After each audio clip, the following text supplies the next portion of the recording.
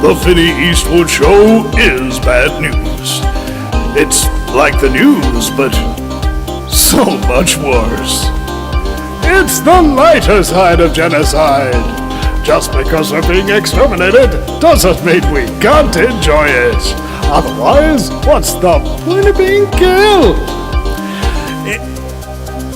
The Vinny Eastwood Show, where the only thing worse than living in a high-tech global police state run by child trafficking Satanists is Vinny's jokes.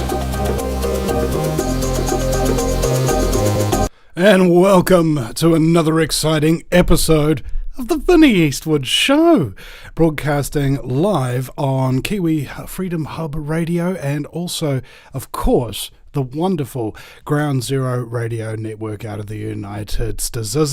And they are quite wonderful in the fact that they put up with me. You know, there's a lot of people who've been in this movement for a long time. And today I'd like to talk about hope, right? What is hope versus uncritical positive thinking? There is a danger to which, where if you miss out on one, if you don't have any hope, that's not good. And if you're prevailing in another, uncritical positive thinking, that's even worse. Because if we were to cauterize the wound, as it were, and try to come up with a very basic struggle, you know, somebody asked me one time, Vinny, what are we up against? Are we up against the Freemasons or the Vatican, or is it the bankers or the Rothschilds or the Rockefellers or the reptilians or the Greys or the Starseed people? It was just like, well, yes, right. It's just, it's complex. All right.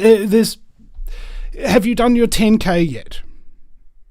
You don't know what that means? Okay, 10,000 hours. 10,000 hours of episodes of the Vinny Eastwood Show, or other people like Max Egan or the Corbett Report or Mark Passio, for instance. There's a lot of research to be done just to bring your consciousness level up to where you're capable of perceiving reality correctly. Perceiving reality correctly. This is the key phrase, my good ladies and gentlemen, between being a conspiracy theorist, which is a person who believes, absolutely believes, and they can't be convinced otherwise, that powerful people who have a lot of influence use their influence to maintain and grow that power. And the difference between that and a coincidence theorist. A coincidence theorist believes that everything happens by accident. There's no such thing as deceit, corruption, backroom deals. And at some point in the middle of the 20th century, the most elite and wealthy plutocrats, oligarchs, and members of the evilarchy, that's evil and oligarchy and malarkey, got together at a big meeting room and just said, you know, gentlemen, I think we've got enough money and power now. Let's just let everybody be free and open and transparent. You know, let's do that. If you believe this happened, then you are a coincidence theorist. Okay? And when it comes to, for example, the recent election outcome, and let's not get emotional about it. All right? This is the difference between somebody who's capable of processing information and somebody who's only capable of processing emotion. They're capable of looking at the information without the emotion overriding what they're thinking. And this isn't talking down to you, it's a process. We all suffer from this affliction from time to time when we should be thinking in black and white, but instead we're just seeing red. Have you got hope invested in the election outcome of a United States presidential election? Have you invested any hope in this? That somehow it'll solve your problems for you and push your views onto other people for you?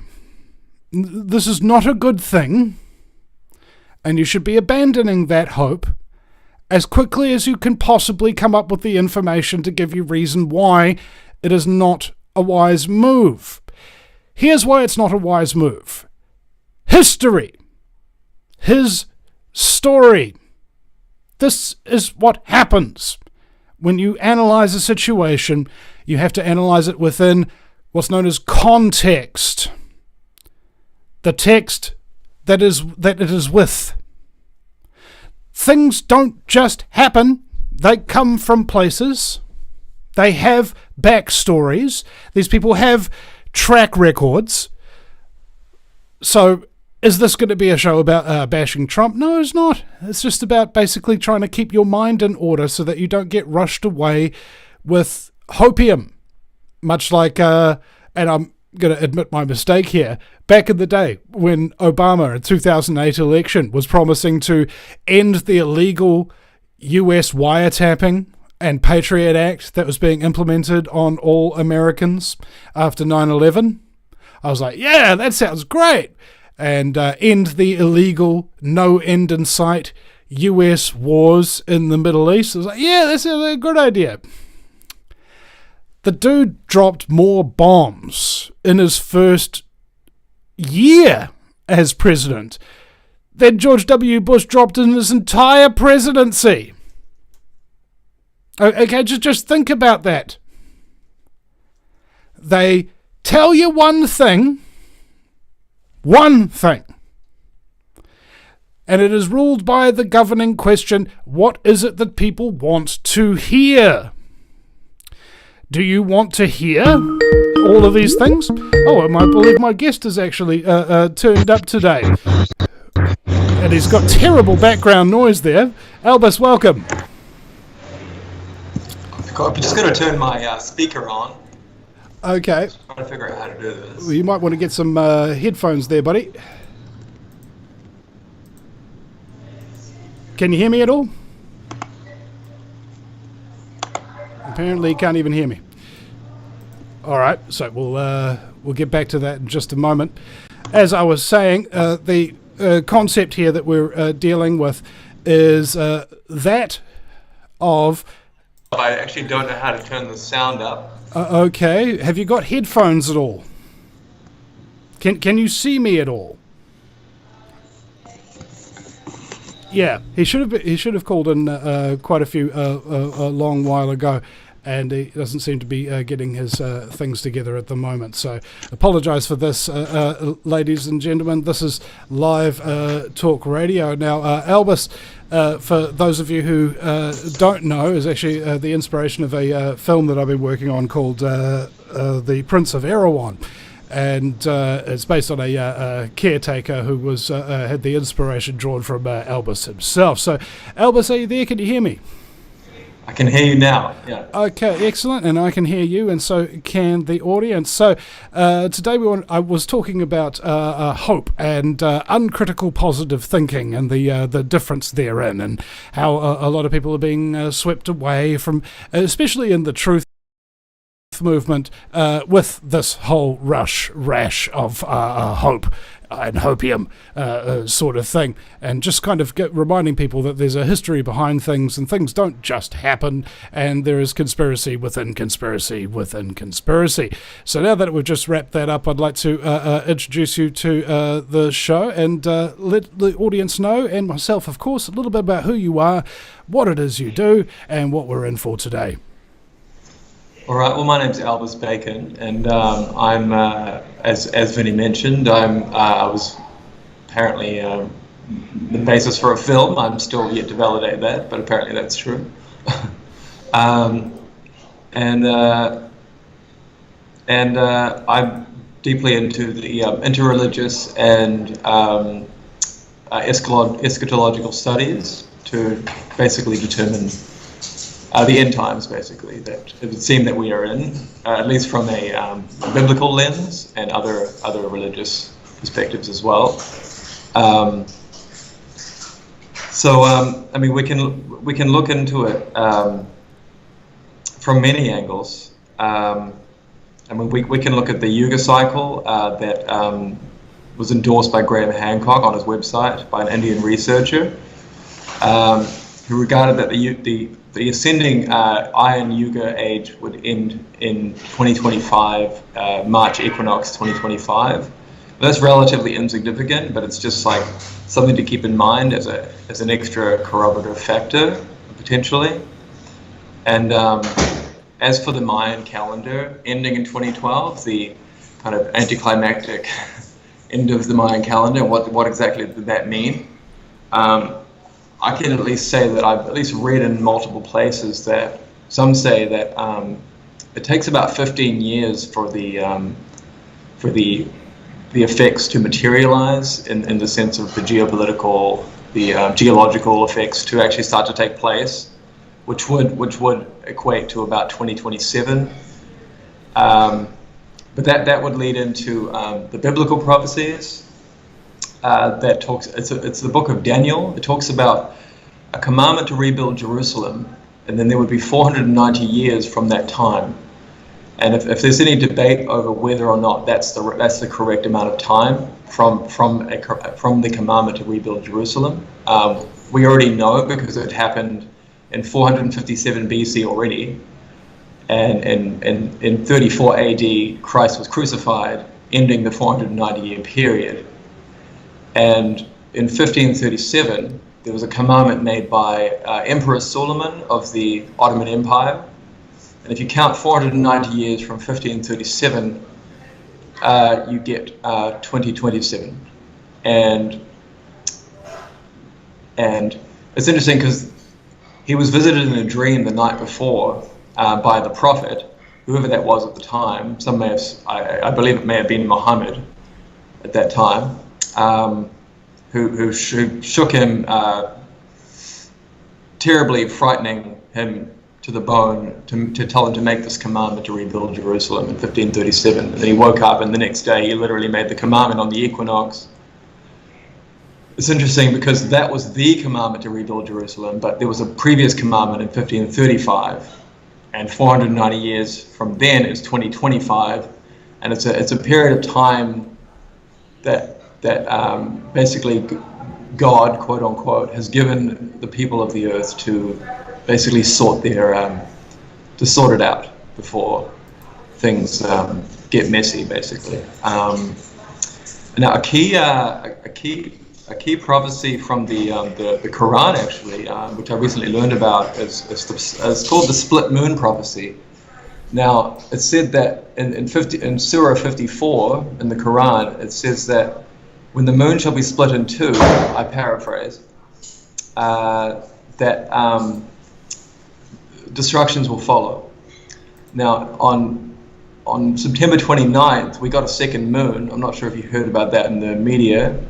It's essentially just a meteorite the size of a bus, but it came into our orbit, and it's regarded as a second moon because it's been in our orbit now for nearly 57 days, and it will leave on the 25th of November. And then essentially that links to basically talking about the four horsemen of the apocalypse. So sometime after this event, the split moon, it will actually do a flyby in January 2025. So that's January 8th exactly, which is quite close to the inauguration. So I'm anticipating something around that time. And I'm sure we're all aware of the term order out of chaos. I'm not sure how many people are affiliated with the idea of a new world order coming soon.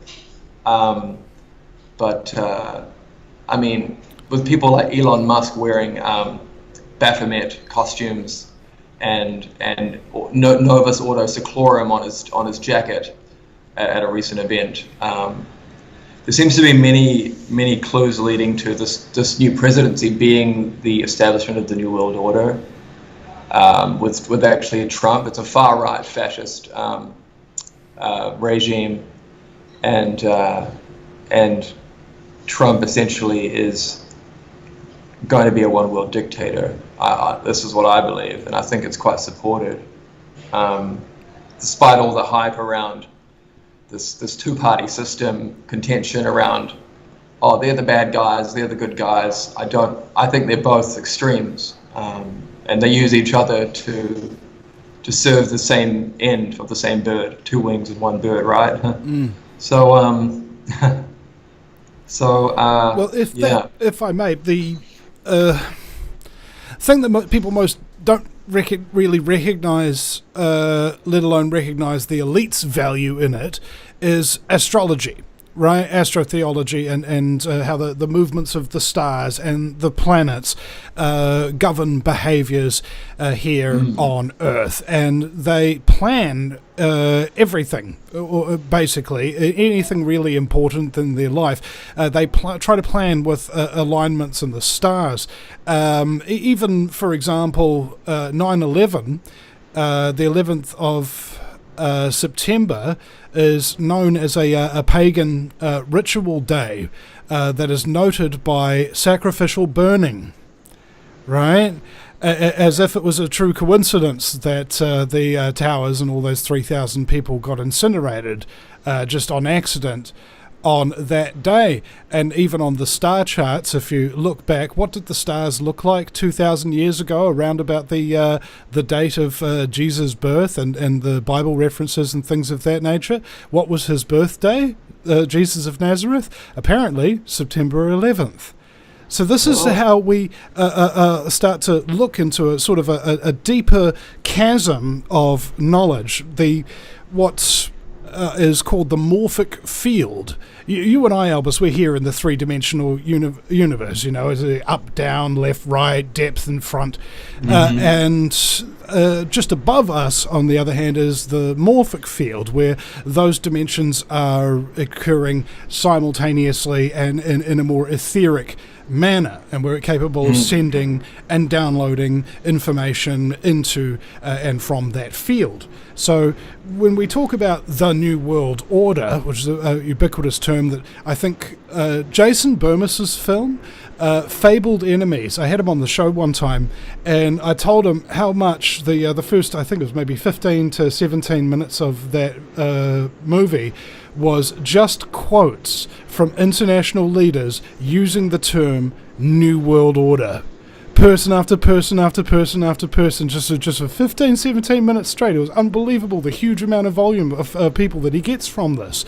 And we had, I think, one of our local politicians, he was invited to be part of the United Nations sort of gambit and go over there and attend all these meetings, where he came back to his Christian family and his Christian community going like basically red in the face, which is very difficult for a Pacific Islander, mind you. And he was saying that these people were using the terms New World Order at practically every single one of these meetings. And before this experience, he believed that everything was just like some big kind of pie in the sky sort of conspiracy theory. But when you're actually there among the people who actually run the world and you actually listen to what they're saying, it confirms true everything us quote-unquote crazy conspiracy theorists have been saying for some time. Now, when you say Trump is going to wind up being the dictator of the world, that's a pretty contentious thing to say, considering the amount of people in the quote-unquote truth movement and the right wing and the sort of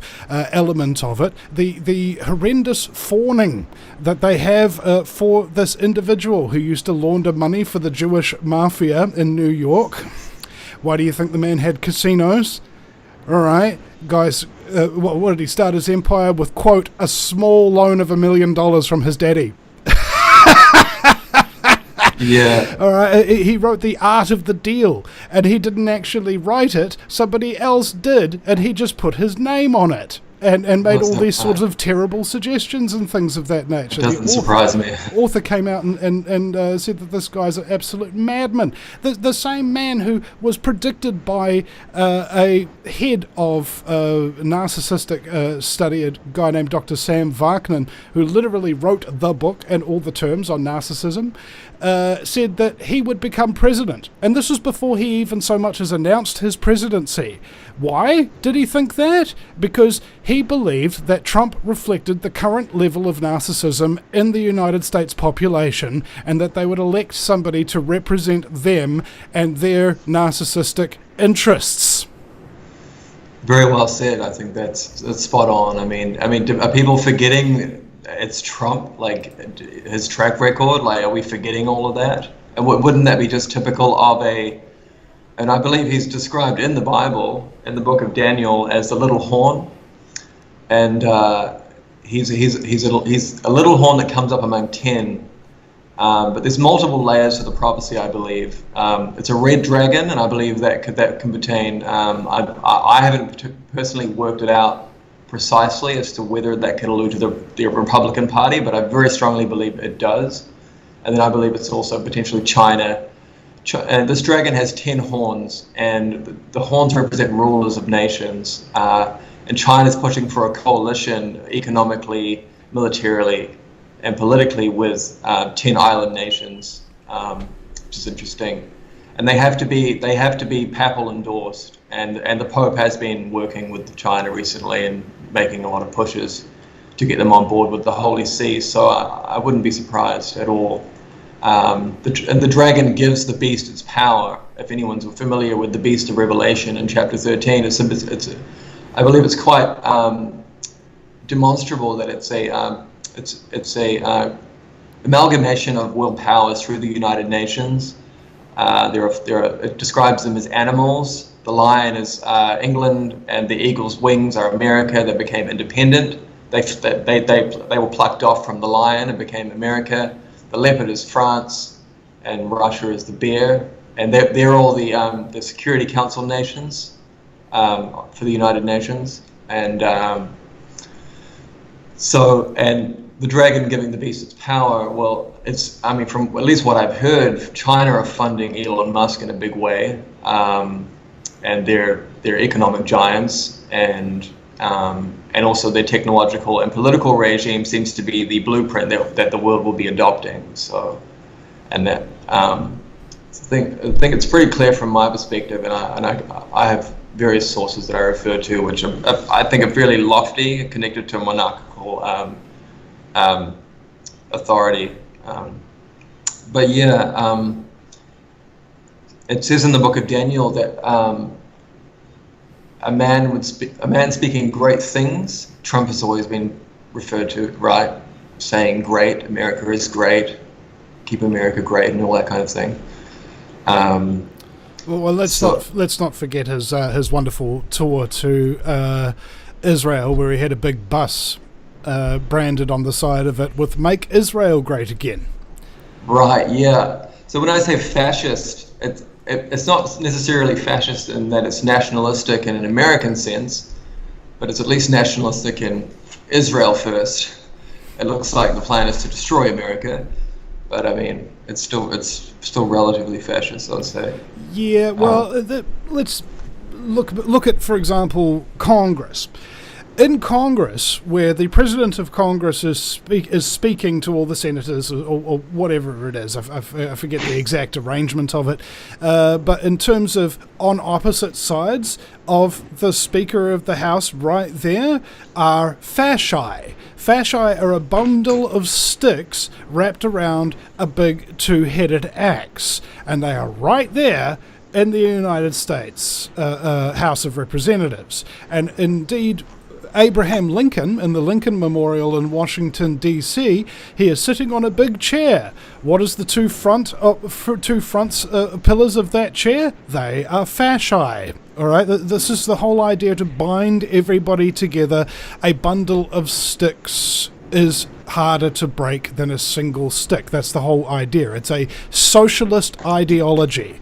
It's what's called National Socialism. This is why the Nazis and the communists were big enemies, because one of them wanted global fascism and the other one wanted national fascism, basically. But they're both fascists and they're both socialists. So, I see. So this is when we look at, for example, the United States political parties. One of them, the Blue Party, is the Communist Party, and the other, the Red Party, is the Fascist Party. They're both socialists. Yeah. Whichever you elect, socialism is what ye shall get. Yes. Yeah, I agree. Yeah. So there's talk about the 4 horsemen of the apocalypse that are to be released. To clear up any mystification on that, the red horse essentially is war. The black horse is famine, the pale horse is like sickness, and the white horse, controversially, the white horse, if you think about a white horse, the color white represents purity. It says the white horse has a bow and it goes out conquering. It doesn't say anything about an arrow. It's highly suggested, and I think it's quite clear, because in other scriptures it just mentions 3 of those elements of war, sickness, famine. So that bow is the bow of the covenant of God, like the rainbow of the sign after the flood of Noah, how we're interpreting that. But essentially it links to a covenant. This is a key point that I wanted to touch on, because in every dispensation of God's establishment on the earth, he establishes a covenant with the people. Now, I believe this occurred most recently in the 1800s, and then in the 1900s it evolved into an actual peace treaty that was it was signed to law on. It was 1928 as a result of the war that they wanted to outlaw war. So about 70 odd nations signed it. So war was outlawed in 1928, and the Nuremberg trials, that's what they were sentenced under, and they were charged under that law. So, and that's been swept under the rug, whatever the official term is for that. Now, I believe that's a reference to the prophetic covenant spoken of in the book of Ezekiel, which will bring peace to the earth. In an exoteric sense, I mean, there's not much point in creating peace on earth just superficially, because then it will just spiral out of control again. There needs to be an internal reflection of that peace within, profound conscious development and self-analysis and right education and everything like this. And the governing body that's behind this, the author of the covenant being Baha'u'llah, who's the founder of the Baha'i faith. Now in the 1950s there was a big schism, and it got a bit crazy for a while, and then the movement ended up, I believe the authentic movement ended up in America in the Rocky Mountains. And I believe there's a lot of prophecies talking about it. America is the promised land, and a lot of the discoverers, like Cook, I believe, he discovered America, right? That was Cook? I believe it was Columbus. Columbus, yeah. He was setting out to find the New Jerusalem and the Promised Land in the Bible and the Scriptures, and believed he had found it when he found America. And the fact that America was founded on Masonic Jewish architecture and symbolism, there's very key parallels. The 13 colonies that set up on the East Coast, it's the same pattern for the states in the Middle East, for Israel and the surrounding the lower and the higher parts of that region. There's a documentary that can validate all these things. But the thing is, with this governing body that authored this covenant that evolved into a peace treaty that's going to bring peace on the earth,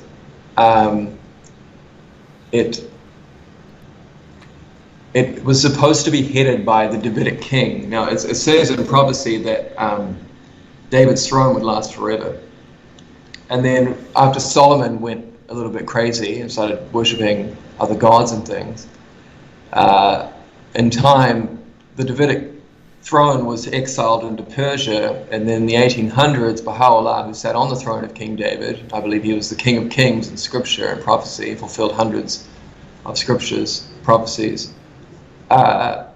So that throne continues today with his great-great-grandson, Neil Chase, despite recent contentions with me and the movement, to do with the covenant, to do with some of the core fundamental stipulations in the charter that his son laid out, who had conferred infallibility, Abdul Baha, from the manifestation. So this person, Baha'u'llah, the founder of the Baha'i faith, he's what's called a manifestation of God, I believe, and which is the same degree of like a Buddha or a Muhammad or Jesus or any of those type of spiritual leaders.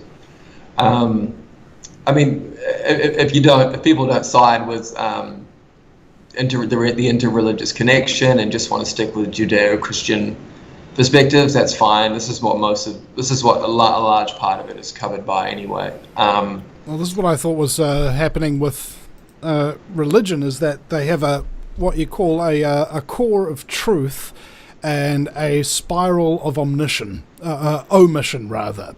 Yeah. So that every religion has maybe 1, 2, perhaps even 8 things in common, but they've all got these little differences, right? And I remember one time somebody on my channel back in the day when I had a big channel, before I got deplatformed. Damn, I hate reminding myself about that. Anyway, they said, Vinny, you don't know the one truth. And I go, the one truth? What is that? Water is wet. What goes up must come down. What is this one truth they're talking about? So you did, as you could do back in the day, a Google search and get a proper answer for something. And it came up with all these religious websites, all claiming to know the one truth, but all disagreeing about what it is. And I thought, what a great idea. Claim to be the only one who's genuine, slag off everybody else, get everybody balkanized and fighting with each other, even though inherently they believe much the same thing. And if they didn't have somebody telling them that their beliefs were so different, if they had somebody telling them how their beliefs are similar, they might be able to get along, they might be able to stop fighting, they might be able to start living together and negotiating and working together for what all their religions say the real enemy is. The evils of the self, the love affair with the self, as the Satanists call it. Because it's when you believe that you're totally special and you're like totally better than everybody else, and you start to think of people as the other and what have you, that eats away at your very being, at your soul kind of thing. And I think that what's happening here is that we've had a weaponized version of narcissistic training, which we call complex post-traumatic stress. That's where you will join a cult of some description. They will give you various techniques, sleep deprivation, trauma, isolation, poor nutrition, repetition of meaningless and pointless tasks, essential authority figure that must be obeyed, essential doctrine that must not be questioned, and anybody who does question it, a key ostracization of those people from the cult. Now, when I say that, if you break down those elements, that sounds like every educational institution and every business institution and every religious institution and every political organization that we currently have today. That's why it's called culture. All right? Yeah. Everybody's basically been traumatized by these varying forms of cults who use cult indoctrination techniques to detach their emotions, their actions, and their thoughts from each other. This is to oppose what I call congruence. There's neurons in the brain, neurons in the heart, neurons in the gut. And if you ask somebody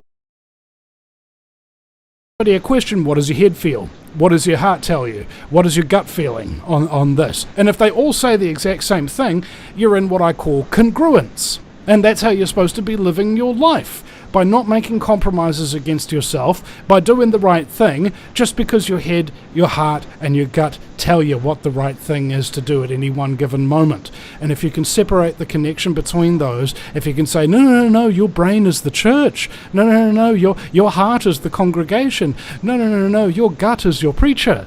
Then you've basically abdicated people's agency. Okay? Agency is the ability to think for yourself and act for yourself of your own volition. Yeah. And I think that's what indoctrination, education, and subsequent cult ideology is really designed to do. To take this very dangerous organism made in God's image, which is vengeful and petty, but also grand and amazing, and to control that organism in such a way that its power, the power of each individual, becomes an extension of your power, the one who's controlling this organization for your ends, whatever they might be. So this is how people have basically been disarmed by the very things that they've been brought up to believe, and actually give them really good feelings. They've done studies. Have a look at anybody who's having a religious experience or anybody who's tripping balls on magic mushrooms, and the same areas of the brain light up. Okay, that's because all of these cults, it doesn't matter whether it's the medical cult, the political cult, or your favorite religion, they all have an element of truth that does resonate with you, and they try to play that up and play down all the other things.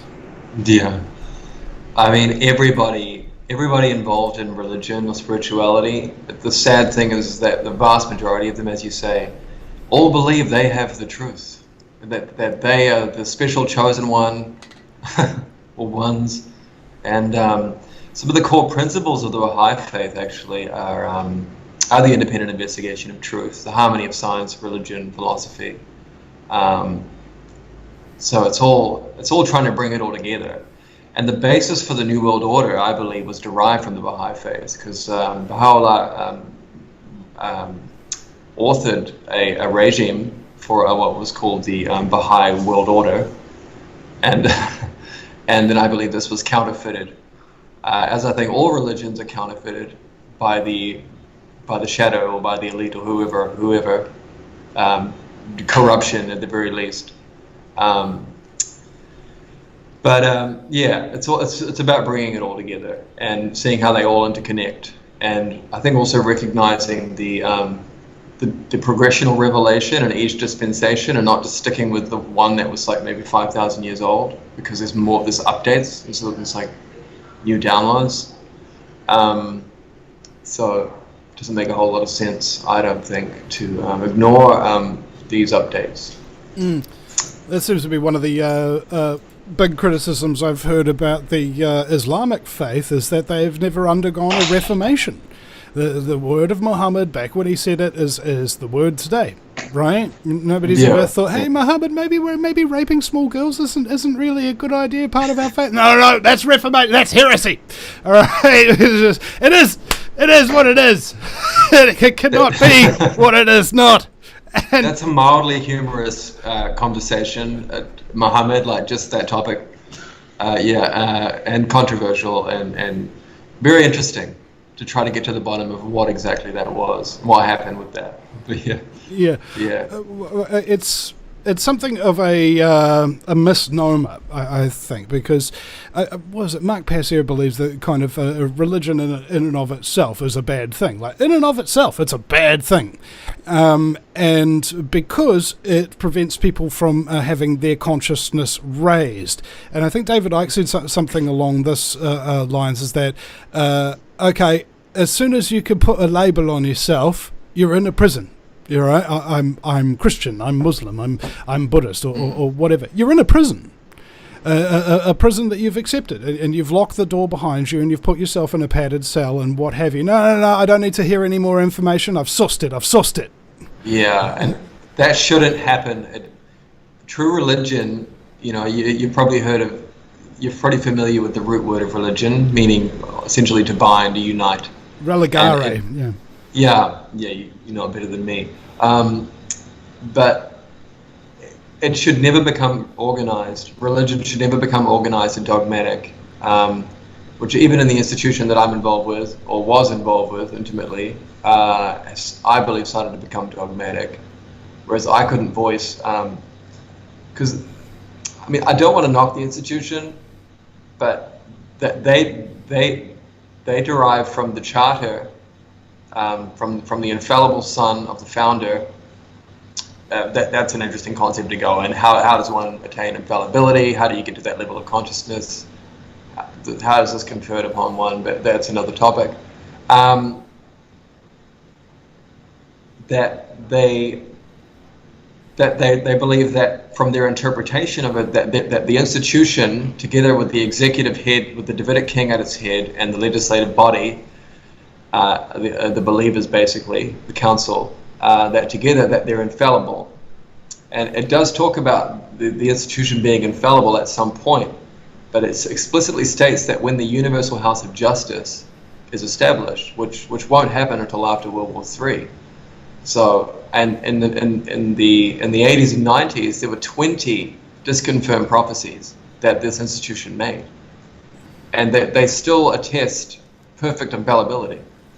It's serious cognitive dissonance. I don't want to completely mock them, but I mean, I just unloaded this whole thing in a council meeting with them, and I was told that I resigned, and that I was very clear with my intentions, and now they're not responding, and I never resigned. I was just trying to correct a misunderstanding, and no one could reason against me. All I was asking for was a reasonable, mature discussion, and no one could argue. And another core point that was out was something really important in the faith, which connects primarily to the Christian prophecies, the Judaic prophecies, is a 7-year covenant.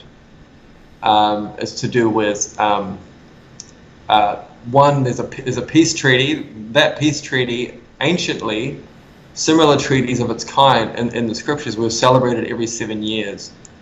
And the reason I believe they were celebrated every 7 years was so people didn't forget, because it's all too easy to forget these things. Once it goes out of the collective conscious awareness, it's all too easy to just slip in some new perspective, new education, and then next thing you know, people are in apostasy. They're in darkness. They don't realize what they've lost.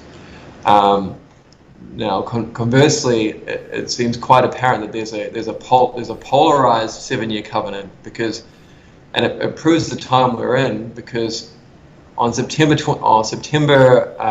and 19th, 2023. Prince Charles made a 7-year treaty at the United Nations to advance the Sustainable Development Goals. This looks very, very keyed into that prophecy, because it talks about a prince making a 7-year treaty. As much as there's a holy version of that covenant, there's the law of polarity. It's a Hermetic law. So it looks to me that King Charles will be the false messiah, in the sense that he's claiming Davidic lineage, and he's basically, he would be the mouth of the lion that's attached to this beast, this United Nations amalgamated beast. The lion being, at least primarily a British symbol. It's also Judaic as well, but there's a connection there. And Donald Trump. One thing I haven't seen online or anywhere is people making a distinction between the Antichrist, which is almost a misnomer, certainly for Donald Trump, because the little horn is I believe, a separate character, and they because the beast, it says the beast of Revelation 13 will be given a mouth speaking great things, and it will rule all nations for 42 months. That's 3.5 years, and then it says later that. It will be removed from power, this little horn, or trump. It also says in the book of Daniel, chapter 7 or 8, that he will have a look more imposing and will be more stout than his fellows. So he fits that description. He's basically built like a pro wrestler, although he looks tiny compared to his son. But he also seems to fit into the archetype of Nimrod. Nimrod was a builder of towers and cities, and he was heading an attempt at a counterfeit one world regime, and that's what Nimrod was about. And then and a person named Hud or Eber in the ancient prophecies was one that wasn't siding with the principles of this government, and he was warning people about the destruction that was going to come. before I forget, I'll just say it's interesting because my name, interestingly, it derives back to the name Eber. So it's just an interesting comparison. And I just one day over the last few months made a cognition that Donald Trump was a Nimrod, and Nimrod and his wife ultimately had a son, and it's kind of like the archetype of Osiris and Isis, and then it says in the mythologies that Semiramis, the wife of Nimrod, had a child with her son. So it was an incestuous relationship there. So I'm not sure what's going on there, but I could definitely get deeper into perspectives on what the Trump family is about, what Barron's destiny is for, linking back to a Babylonian ritual in the 1940s by L. Ron Hubbard and Jack Parsons, the founder of NASA, basically, or the grandfather of space travel and that kind of thing. But yeah, so a ritual was done to incarnate what they called the moon child, or was essentially a world dictator, and that was in 1946, the year Trump was born. And what exactly does L. Ron Hubbard have to do with all this? Well, Scientology, I feel, well, I sense from my research is at least going to be the head of the one world religion. It will eventually have. Apparently, they're the fastest growing religion in the world. That's what the statistics say, or that's what they're purporting anyway. And that 21 years after L. Ron Hubbard died, he said that he would return and be embodied in his return, and that return would come back and lead Scientology into basically a new world order of enlightenment and a golden age, basically, or leading in that direction. And interestingly, Barron Trump was born on the 21st year of Hubbard's death. So that's all I'll say at this point on that. I sense like Barron has some big role to play because it's not just a one world government. It's a one world religion according to scripture, and everything is centralized under this regime. But it will end after 42 months, I believe. The supreme government, I think, will collapse in 2028, and I believe a provisional government will be set up. And then,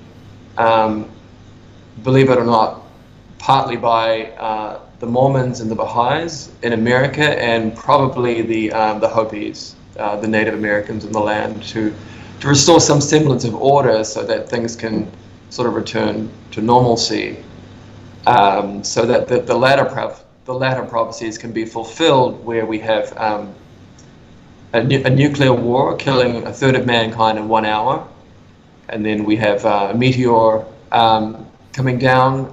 It's described really clearly in the scriptures, Revelation 8, and that'll be followed by a great massive earthquake, and then the earth-shifting crust. So, and this is supported by a theory by Charles Hapgood. Now, he was a scientist, and the theory was endorsed by Einstein, that the Earth would shift crust, and it does so about every 11,000 years. And the history on that is about 11,000 years ago, or is it 12,000 years ago? We had the Younger Dryas, where there was a complete just breaking up of the Earth's mantle and a shifting around of the maps. And we used to have different maps, and so somehow people have knowledge of those old maps. I don't know how, but and some might say, well, is it the end of the world or the end of an age? Because the apostles in Matthew 24 are asking Jesus, when will the end of the age be? It says, and it doesn't say end of the world. It says the end of the aeon. And in many schools of thought, an aeon is 2,000 years. So this was 34 AD when the apostles were asking Jesus on the Mount of Olives, when would his coming be in the sign of the end of the aeon? And and the end of the aeon we know to be 2,000 years. So we're approaching that time now, 2,000 years from Christ coming up to 2034. However, to do with this meteor, it's interesting to note that preceding the meteor and the nuclear war, it all seems to happen in quick succession. It said that Christ would return with fire, and I believe this is the sign of the Son of Man in heaven in Matthew 24. The sign of the Son of Man, it says that the earth will look up and see it, and then the earth would mourn. And I believe that sign is the meteor. It's interesting. The Taurid meteor shower, something we pass by, I think, yearly. In 2032, we'll be going directly through it. So it's interesting to note that that there's a tetrad blood moon sequence starting in 2032, ending in 2033, where you have 4 blood moons over 2 years. It says that the sun will be darkened, the moon will not give its light, and then the stars will fall from heaven. This to me could be the smaller pieces breaking off of the meteor, or the meteor shower. It says there'll be an earthquake, the earth will shake, the heavens will shake because the earth is shaking, and then there'll be a great earthquake, and then the earth will shift crust. We can already see that the axis is already going way off center, and the theory basically states that when the axis, when the earth starts to tilt more and more and more as it spins, the material beneath the mantle becomes like magma, and then the crust it starts to tip more and more and more, and then it just gives way under the weight and the heat, and then the crust tends to move about 4,000 miles. It's a particular pattern. The way it shifts, it kind of does this. So this is the northern hemisphere, and it kind of does this. It does kind of like this pattern. So apparently we're going to go northwest, roughly 4,000 miles, and then the northern hemisphere will go southeast. So some might say, how does anyone survive that? And that's another point I've looked into quite a bit. But yeah, do you have any questions or? Well, I was thinking about this concept of the world ending, and how very regularly, I think I'm nearly 40, and during my lifetime, I think there's been like maybe 10, maybe 12 predictions of the end of the world by very quote-unquote reputable sources and religions and things of that nature. I've had people sitting there saying the world's going to end at this date, Vinny, and they're reading out these scriptures or whatever the hell. And out of the 13 times the world ended, I'm still alive. And I can't believe I survived it. And so that I think the reason why people survive the quote-unquote end of the world is because it doesn't actually end. It never does. Yeah, I agree. It changes. I agree. Yeah. Right? And particularly, I think maybe it's a part of the reason why a lot of people are cannabinoid deficient. Cannabinoids regulate the body's systems in a sense of homeostasis. This is where the street gets the term "your homies." But the whole element of it is that you can adapt with changing circumstances if you're not cannabinoid deficient, and this is part of, I think, what most religions are lacking: the appropriate sacrament, right? And I think this is part of the cult indoctrination too. I was just thinking this morning about how some people, they consider a particular type of alcohol to be the most valuable thing in their life. I love my Bombay Sapphire, they would tell me. And I was just kind of thinking to myself, how are we on a daily basis placating ourselves from the pain that we feel by supplanting that terrible feeling with something that makes us feel good, but not the kind of thing that will continuously feel good, like self-development, right? And so maybe the whole concept of the end of the world, my friends, is merely an opportunity for each and every one of us to stop having any excuses and to stop waiting around from being an improved and better version of ourselves that wants to live our dreams in reality rather than just leave them in our head. This is what we're all here to do, to manifest something into reality. We are creator beings, and the impetus is kind of interesting, because somebody sent me a video calling me one of the originals, right? One of those original people who's been there for a really, really long time, who helped raise their consciousness up. And he had this little clip of me talking about the tortoise and the hare. Now, the symbol of Fabian socialism is a tortoise wielding a hammer. The philosophical reason behind that is they move very, very slow, like a tortoise, and then wham! Get you with the hammer. That's how they work. Humanity, on the other hand, is the hare. We have been sleeping under a tree, thinking, oh, that tortoise will never win the race, I've got time to take a break.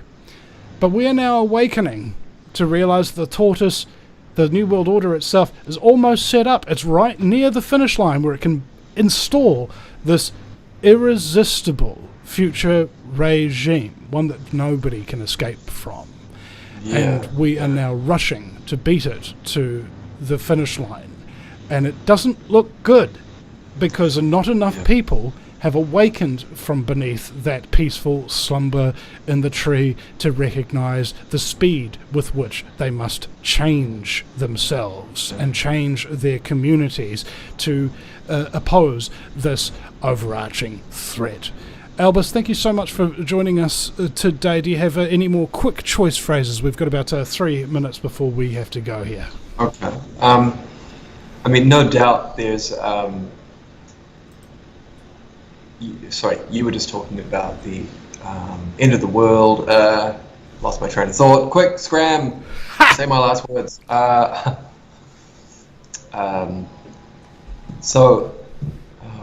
my train of thought. Anyway. It happens. It happens.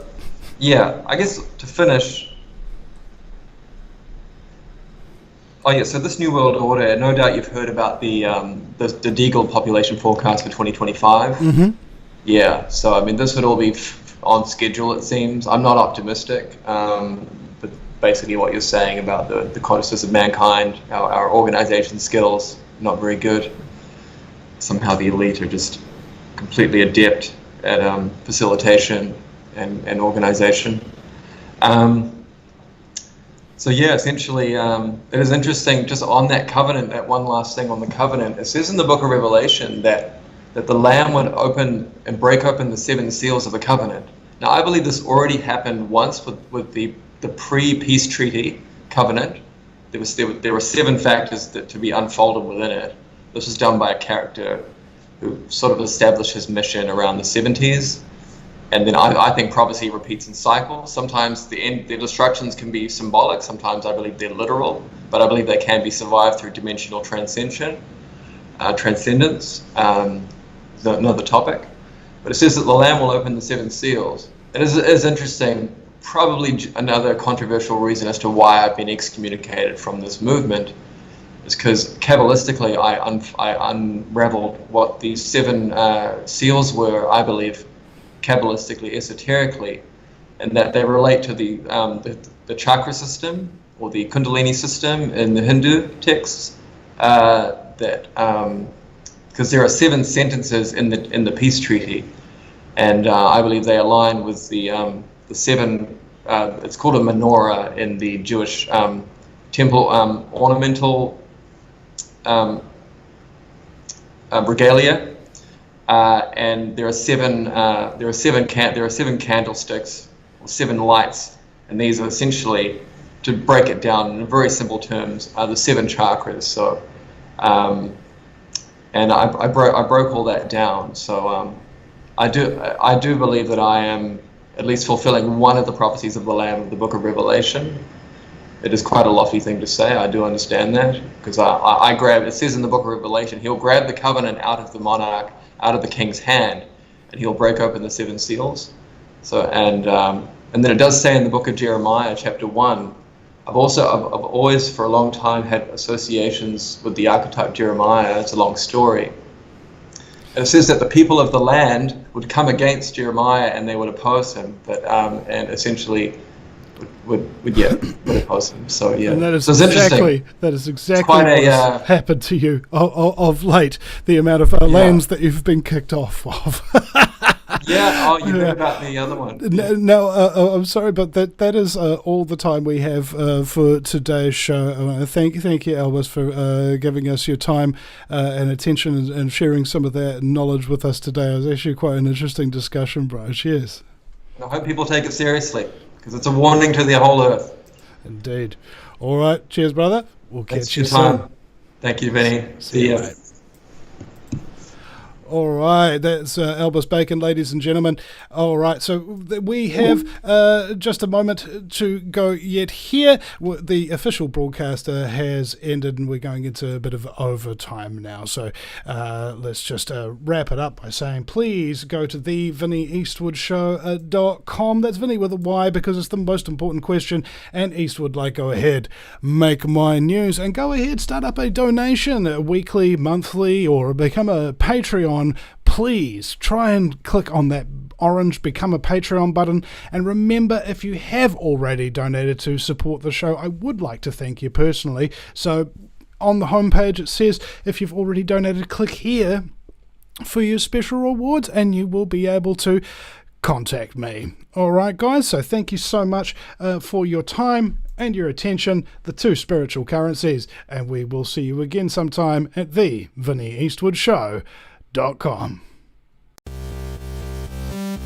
Gentlemen, I brought you here to discuss the Eastwood problem. It may be necessary to penetrate the Vinny Eastwood Show. The Vinny Eastwood Show. Yeah, that's what I said. Well, I've been working on a new Vinny scene. I think that might be the kind of penetration we need. The Vinny Eastwood Show. Sundays, 3 p.m. Pacific Standard Time. Live on Ground Zero Radio.